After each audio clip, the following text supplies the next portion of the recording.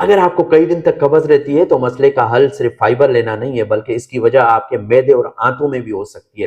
آج میں آپ کو وہ 4 سائنسی وجوہات بتاؤں گا جن کو سن کر آپ کی سوچ بدل سکتی ہے۔ ویڈیو کو آخر تک دیکھیں کیونکہ آخر میں آپ کو وہ نکتہ بتاؤں گا جس کو اکثر لوگ نظر انداز کر دیتے ہیں۔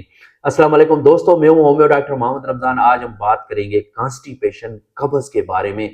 گھریلو ٹوٹکوں کی بات نہیں ہے، بلکہ ان سائنسی میڈیکل ریسرچ شدہ وجوہات کی بات ہے جن کو میڈیکل ریسرچ بھی توجہ دیتی ہے۔ ان وجوہات میں جو سب سے پہلی وجہ ہے وہ ہے آنتوں کے اچھے بیکٹیریا، گٹ مائکروبائوم۔ ہمارے معدے اور آنتوں کے اندر خربوں کے تعداد میں اچھے بیکٹیریا موجود ہوتے ہیں۔ ان کا کام کیا ہوتا ہے؟ ہمارے کھانے کو ہضم کرنا، وٹامنز بنانا، اور جو ہماری آنتیں اور معدہ ہے اس کی حرکت کو کنٹرول کرنا۔ جب آپ بار بار اینٹی بائیوٹک لیتے ہیں، جنک فوڈ کا استعمال کرتے ہیں اور آپ فائبر کا کم استعمال کرتے ہیں تو ہمارے جو گٹ مائکرو بائیومی ہے وہ کم ہو جاتے ہیں، جس کی وجہ سے آپ کی آنتوں کی حرکت کم ہو جاتی ہے، آپ کو بدہضمی ہوگی، افارہ ہوگا، پیٹ پھول جائے گا اور قبض جیسے مسائل درپیش آئیں گے۔ کچھ کیسز میں یہ دیکھا گیا ہے کہ اگر پرو بایوٹکس استعمال کیے جاتے ہیں تو افاقہ ہوتا ہے، لیکن ہر مریض کے لیے ایک ہی پرو بایوٹکس مناسب نہیں ہے۔ اس کے علاوہ جو دوسری وجہ ہے وہ ہے بائل صفرا۔ بائل صفرا جگر میں بنتا ہے اور ہمارے پتے گال بلیڈر میں محفوظ ہوتا ہے۔ اس کا کام نہ صرف ہمارے جسم کے اندر چکنائی کو ہضم کرنا ہے، بلکہ یہ ہمارے معدے اور آنتوں کی حرکت کو بھی بہتر بناتا ہے۔ کچھ لوگوں کا اگر گال بلیڈر پتا نکلا ہوا ہوتا ہے یا جن کے اندر بائل کی کمی ہو جائے تو ان کو قبض ہوگی، بدہضمی ہوگی اور پیٹ پھول جائے گا۔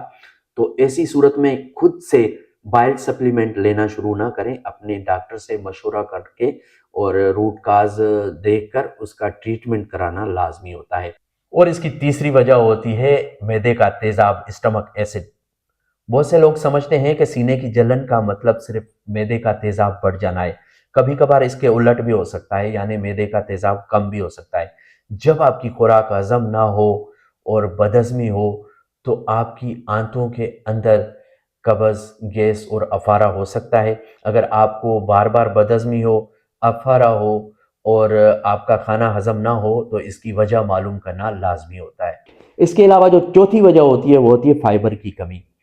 اگر آپ فائبر کی مقدار کی بجائے فائبر کی قسم پر توجہ دیں گے تو آپ کے لیے زیادہ فائدہ مند ہوتا ہے، کیونکہ سبزیوں، پھلوں اور دالوں سے حاصل ہونے والے جو فائبر ہوتے ہیں وہ آپ کے گٹ کے بیکٹیریا کو خوراک مہیا کرتے ہیں، اس کے ساتھ ساتھ منرلز اور وٹامن بھی فراہم کرتے ہیں۔ اس لیے فائبر سپلیمنٹ پر توجہ دینے کے بجائے اگر آپ قدرتی غذاؤں پر توجہ دیں گے تو آپ کے لیے زیادہ فائدہ مند ہوتا ہے۔ اب بات کریں گے اس نقطے کے بارے میں، ان اصولوں کے بارے میں جن پر عمل پیرا ہو کر آپ ہمیشہ کے لیے قبض سے جان چھڑا سکتے ہیں۔ ان اصولوں میں جو سب سے پہلا اصول ہے وہ ہے پانی کا مناسب مقدار میں استعمال کریں اور روزانہ ورزش اور ایکسرسائز کریں تو آپ قبض سے بچ سکتے ہیں۔ اس کے علاوہ قدرتی فائبر کا استعمال کریں۔ قدرتی فائبر استعمال کرنے کے لیے آپ روزانہ پھلوں کو، دالوں کو اور سبزیوں کو اپنی غذا کے اندر شامل کریں۔ اس کے علاوہ بار بار اینٹی بائیوٹک لینے سے اوائڈ کریں، خود سے اینٹی بائیوٹک نہ لیں۔ اور اگر آپ کو کئی ہفتوں تک قبض رہتی ہو اور پیٹ میں درد ہو، افارہ ہو، بدہضمی ہو، بلیڈنگ ہوتی ہو تو آپ کو فوراً ڈاکٹر سے رجوع کرنا چاہیے۔ یاد رکھیں، قبض صرف ایک بیماری نہیں ہے بلکہ کوئی اشارہ بھی ہو سکتا ہے، اندرونی کسی بیماری کی علامت بھی ہو سکتی ہے۔ اس لیے خود سے جلاب آور ادویات لینا یا قبض کشا ادویات لینا اس کا مستقل حل نہیں ہے۔ اس کا مستقل حل دیکھنے کے لیے اس کی وجہ دیکھیں اور اپنے ڈاکٹر کو چیک کروائیں۔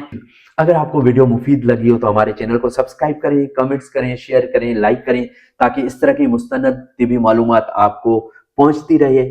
اللہ پاک آپ کو صحت مند رکھے، اپنا اور اپنے پیاروں کا خاص خیال رکھیں۔ اللہ حافظ، تھینک یو۔